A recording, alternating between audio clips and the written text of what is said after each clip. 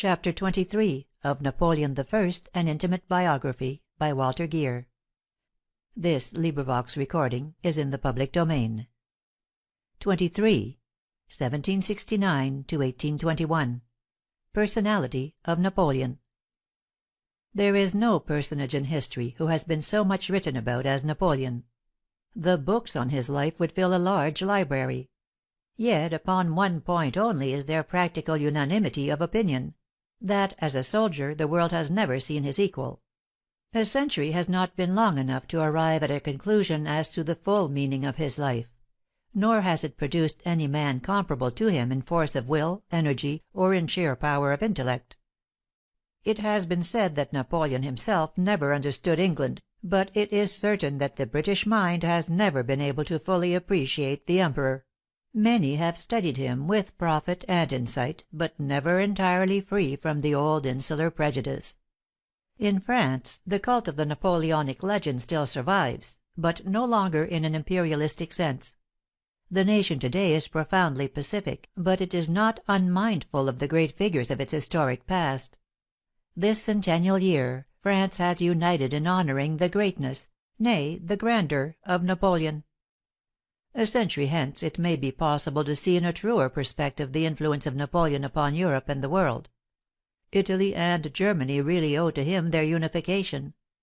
The struggles of peoples for their independence that marked the course of the last century received from him their original impulse, and in the Europe of to-day his influence is clearly to be seen. In the calm light of a century of experience there can now be little room for serious hesitation as to the place to be assigned him in the march of political and social progress. "No single mind," says Mr. H. A. L. Fisher, "is more powerfully stamped upon the institutions of contemporary France, for by his reaction against its excesses he saved all that was precious in the philosophy of the Revolution." Napoleon had none of the illusions of a democratic statesman like Burke that "whenever the people have a feeling, they are commonly in the right." In his opinion, an intelligent but illiterate population like that of France, demoralized by revolutionary anarchy, and without experience with democratic institutions, was unfit for political liberty. What the nation needed was social equality, guaranteed by a strong and intelligent government. The old monarchy had been weak because the vital forces of the state had been paralyzed by social privilege. No matter how autocratic the administration of Napoleon might be, it still provided an open career to talent of every kind. In the social structure of France as it was left by Napoleon, equality was the rule. Compared with the England of Pitt and Fox, the France of Napoleon was essentially democratic. "It is for this system of equality," said the exile to Amira, "that your oligarchy hates me so much." With respect to political liberty, Napoleon's attitude was entirely different. The memory of the wild orgy of talk and legislation in the revolutionary assemblies was still fresh in his mind, and the trying scenes of the 19th Brumaire had never been forgotten. He felt that a popular assembly, so far from being a help to the ruler, was a source of perplexity and embarrassment. If he had not yielded during the 100 Days to what he believed to be the growing popular demand for a legislative form of government, he might have preserved his throne. The higher education of France received at his hands the impetus which won the admiration of Matthew Arnold. During the recent war, some 5,000,000 men in the American and British armies received some form of liberal or technical instruction. The idea was suggested by Napoleon at Saint Helena, where he said that it was one of his plans that every regiment should have its school for instruction in science, the humanities, and mechanics. Brilliant as was his military renown, Napoleon always realized that he lacked the greatest of all props to political power, legitimacy, and that only continued success could assure the stability of his throne. He therefore turned to a new force, until then hardly realized by public men in Europe, and became the first journalist of his time. He possessed in the highest degree the talent of placing his victories in the most favorable light, while excluding all uncomfortable matter, and his bulletins and other communications published in the Moniteur constantly commended the principal actor to the admiration and applause of the world. In the monuments of the capital and in the museums of painting and sculpture the memory of his military triumphs was also preserved, and will live for all time as an inspiration for a great martial people. During his youth, and until he became consul, Napoleon was not at all attractive in person, and could hardly be called well groomed. He was a little over 5 feet 6, English measure, and was well proportioned. At the age of 40 he became stout, and looked even smaller than he really was. His hair was dark brown, and until after his return from Egypt he wore it long in the Revolutionary style. His forehead was high, his eyes a brilliant blue gray, his nose straight and well shaped, his mouth rather large, with a so-called Cupidon upper lip, his chin round and dimpled. During the early years of the Empire, before his face became too full, his features were very handsome, with a clear cameo-like profile. In early life his health was uniformly good, but later he began to show signs of lessened activity, due partly to a greater love of ease and partly to failing physical strength. He had inherited a sound and tough body, capable of standing great fatigue, and with remarkable nervous strength. He was very moderate so far as the table went, although he ate too fast, and he never drank any wine except a little Chambertin diluted with water. Without being entirely chaste, he was never in any sense a libertine. During his campaigns, until the different army corps had nearly reached the positions assigned them, Napoleon remained at general headquarters. Then he proceeded rapidly to the front in his traveling carriage. In the presence of the enemy, he always accompanied his troops on horseback. At his quarters in the field, he received the reports of his marshals, and personally directed all the corps movements. In the intervals, he attended to the internal administration of France, and replied to the reports which were sent him from Paris by his ministers, who wrote him every day. He thus governed his empire at the same time that he directed his army.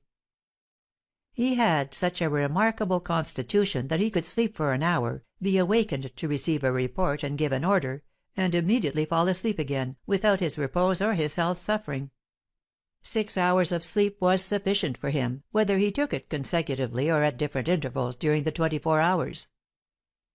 The days which preceded a great battle he was constantly on horseback, to reconnoitre the force and the position of the enemy, study the field of battle, and visit the bivouacs of his soldiers. Even during the night he rode along the entire front to further assure himself of the strength of the enemy by the number of his camp fires, and he wore out several horses in a day. The day of battle he took a position at a central point where he could see everything which took place. He was surrounded by his aides de camp, whom he dispatched to carry his orders to all points. A short distance behind him were always stationed 4 squadrons of the cavalry of the guard. The marshals were advised of his position so that their reports could easily reach him. If his presence became necessary at any point, he immediately galloped there, followed by his escort. Napoleon was a very hardy but also a very careless rider. He sat hunched up in the saddle, holding the reins loosely in his right hand, with his left arm pendant by his side. Sometimes he went at a walk or a trot, but more often at full gallop, without paying the slightest attention to the route. Before adopting the legendary gray redingote, Napoleon protected himself against the cold of the bivouac with a light blue cloak, the manteau de Marengo, which he always kept, and which covered his coffin at Saint Helena, and under which he now sleeps in the Invalides. Upon the field of battle, the tents of the Emperor were erected in the middle of a square of the Old Guard. There were always 3 principal tents, one for the Emperor, one for Berthier, the Chief of Staff, and a third for the officers of the household. The personal tent of the Emperor was in 2 parts. The first, called the office, was furnished with a small writing table, an armchair of red morocco, for the Emperor, and 2 stools for the secretary and the aide de camp on duty. The table and the chairs were all folding. The second part was used as a bedroom. Here was erected the little folding iron campaign bed, with straps enclosed with dark green curtains. The foot rug of the traveling coach served for a descente de lit, and the nécessaire de voyage completed the furnishing. At night the secretary and the aide de camp slept on cushions in the office. The tents, the bed, and the furniture could all be folded and rolled up and packed on the backs of mules for transportation. The little iron camp bed was about 6 feet long and 3 feet wide. It was the bed used by Napoleon at Saint Helena, upon which he died, and is now at Paris. Minerval states that Napoleon never dictated except while walking. He sometimes began while seated, but at the first phrase he arose and began to walk around the room, continuing this promenade the entire time he was dictating. Words to express his thoughts came to him without effort, and although sometimes incorrect, they always conveyed his idea clearly. In his addresses to the Senate, in his proclamations, in his diplomatic notes, the style was always well considered and appropriate to the subject. Napoleon rarely wrote himself. He found it too fatiguing, as his hand could not keep pace with the rapidity of his conception. He never took a pen in his hand except occasionally when he was alone, and there was no one within call to act as his amanuensis. His writing was an assemblage of characters without connection and almost unreadable. Half the letters of the words were wanting. His spelling was never correct, although he could always find any errors in the writing of other persons. This was due to the fact that his mind moved so rapidly that he would not interrupt the flow of his thoughts to take time to write correctly. Napoleon had naturally a very active mind. Always and in all things he went straight to the point. In a discussion, he always found at once the conclusive argument. Upon the field of battle he discovered the decisive manoeuvre. For him, to think, to decide, to act, was a single indivisible act, so rapidly executed that between the thought and the act there was not a moment lost. If, says Thiers, he had chosen one of the civil careers, where one can only succeed by persuading others, in winning them to your point of view, perhaps he would have learned to moderate, to control his passionate disposition. But thrown into the career of arms, and endowed with the supreme faculty of divining at a glance what must be done to win, he reached with one bound the domination of Italy; with a second, the government of France; with a third, the supremacy of Europe. What marvel, then, that this nature which God had made so quick, which victory had made still more prompt, should be brusque, impetuous, domineering, absolute in its will? Everything had cooperated, nature and events, to make of this mortal the most absolute, the most impetuous of men. It was not, however, until towards the end of his career that Napoleon gave way entirely to this spirit of domination. Then, seeing nations submit and sovereigns bow before him, he no longer takes account either of men or of nature, and dares all, undertakes all. When he had ceased to command, he became gentle, simple, charitable, with that charity of a great mind which understands human nature, appreciates its weaknesses, and pardons them, because he knows that they are unavoidable. At Saint Helena, divested of all prestige, having over his companions in misfortune only the ascendancy of a great mind and character, Napoleon continued to dominate them absolutely.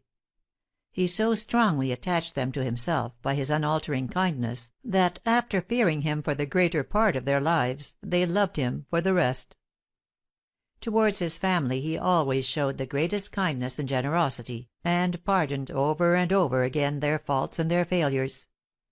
For the Empress Josephine, even after her divorce, he also displayed a profound tenderness, although his first passionate love for her had long been cooled by her many acts of infidelity.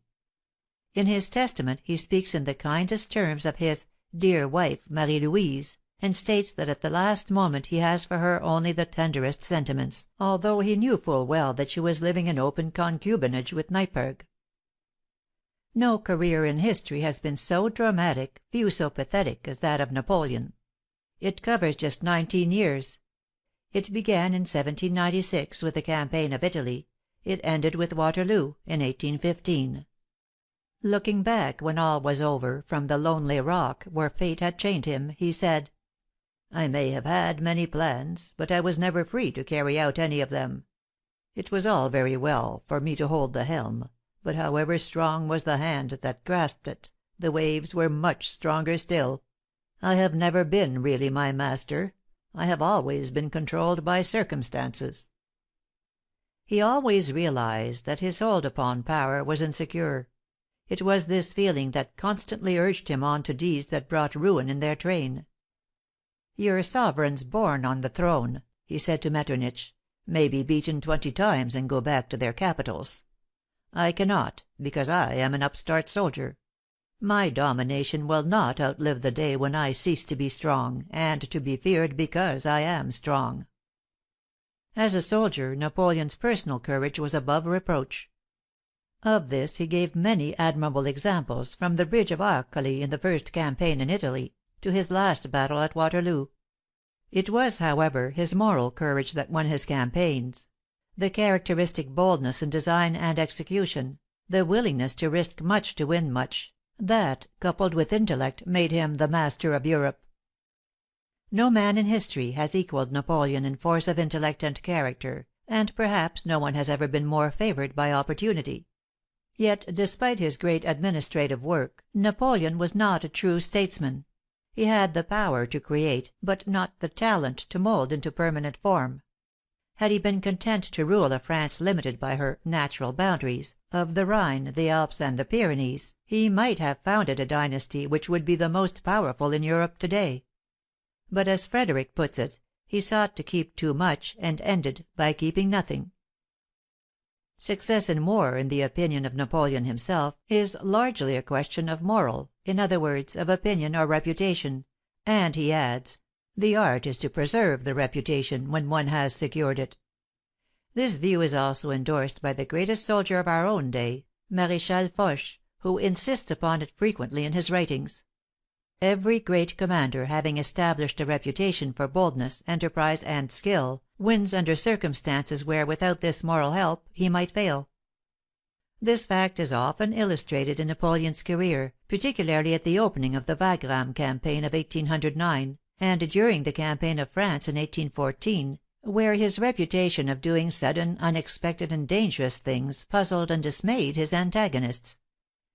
No great soldier has ever achieved success without imagination; the ability to see the result of a far reaching operation at its very beginning, and Napoleon possessed this trait in a very marked degree.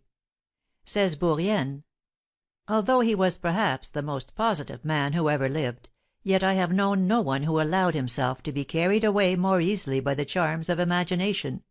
Under many circumstances, to wish and to believe were one and the same thing." But this will to see nothing impossible, this unlimited reliance on results, which was at first one of the causes of his success, ended by becoming fatal. There was developed gradually the feeling that failure was for him impossible, and that his own views and acts were infallibly right. When he ceased to tolerate dissent, discussion fell into disuse, and every one obeyed his orders, even though he knew that the Emperor was not sustained by facts. This was most marked during the unfortunate campaign of 1813, the poorest he ever conducted. As Marmont said of him, "He no longer believed in truth when it conflicted with his passions, his interests, or his moods." That Napoleon was ambitious cannot be gainsaid, ambitious not only for the present, but for the future. Bourrienne quotes him as saying, "For me the immortality of the soul is the impression one leaves on the memory of man. This thought leads to great things. It were better not to have lived than to leave behind no traces of one's existence." It is the thought expressed in Scott's immortal lines, "One crowded hour of glorious life is worth an age without a name."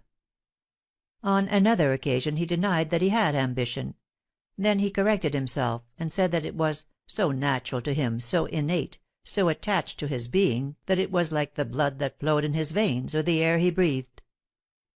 So long as Napoleon commanded small armies, and retained his abnormal nervous vigor, his desire to keep everything in his own hands was one of the chief causes of his success. But when his armies grew larger, and his physical force began to decline, his lack of a competent general staff led to failure. It was impossible for him to attend personally to details so extensive, and he had trained no subordinates to do it for him. Like many men of very positive character, Napoleon wanted around him only active, laborious, and obedient mediocrity. His nominal chief of staff, Berthier, was only a very efficient and docile head clerk. It was the same with his marshals. Only a few, like Masséna, Soult, and Davout, were capable of independent command. His other generals were exceptional lieutenants only. Never was a man so born for leadership as Napoleon. This trait was displayed even during his school days at Brienne. When he took command of the army of Italy in 1796, he found a group of general officers all older and more experienced than himself, and yet he at once imposed his will upon them. There was no attempt to evade an order during the campaign. This power over men extended both to his generals and to his troops. "The qualities which go to make up the typical warrior," says Dodge, "were possessed by Napoleon in greater measure than in any other man of modern days, and so superior was he to his antagonists that he could not fail to win under anything like equal conditions." No commander in history ever conceived such gigantic military problems, reduced their execution to such simplicity, and carried them through with such boldness and ability. His power to gauge a situation was most remarkable. Says Odenlieben, in speaking of the campaign in Saxony, "One looked through his glass, and he had seized the picture of a whole army with incredible speed. He thus judged from some height whole corps of 50 or 60,000 men, according to space and position." When to this power of clear vision there be added the innate boldness of the man, and his capacity for hard, unceasing work, you have such a combination of qualities as the world has rarely seen. At Saint Helena, Napoleon said, "Genius consists in carrying out things despite obstacles, and meanwhile in finding few or no impossibilities." The result of all this clearness, boldness, and application was, as he himself puts it, that "all plans of the 14 campaigns of Napoleon were in strict accord with the true principles of war. His wars were bold, but methodical." To this greatest of commanders leadership is naturally the sovereign spell. "An army," he lays down, "is nothing save what it is by its head. The general is the head, is the all, of an army. It was not the Roman legions that conquered Gaul, but Caesar. It was not the Carthaginian army at the gates of Rome that made the Republic tremble, but Hannibal." In all his wonderful career there is no scene more thrilling than that in which by word and action he subdued and won over the first of the troops sent to oppose him on his return from Elba. Alone in front of his chasseurs, Napoleon steps forward. "Soldiers of the Fifth, I am your Emperor. Acknowledge me." Then as he flings back his coat, "If there is amongst you a soldier who would slay his Emperor, here I am." France was won. The whole army yielded to the spell. Theatrical it may have been, but who except this mighty player would have had the daring, the skill, the profound knowledge of the heart, to play that desperate rôle? For this man knew human nature as thoroughly as Shakespeare, and could play upon it with the same sure touch. It is futile, as Rose well says, to attempt to sum up Napoleon in any one category. Attempts have been made to do so, but with indifferent success. There is only one man in history of faculties sufficiently varied and forceful to challenge comparison with Napoleon. The figure of Julius Caesar dominates the Roman world, as that of the great Corsican overshadows the age of the French Revolution. Take them all in all, as soldiers, statesmen, lawgivers, Caesar and Napoleon are the two greatest characters in history. End of Chapter 23. End of Napoleon I, An Intimate Biography, by Walter Geer. Narrated by Céline Major.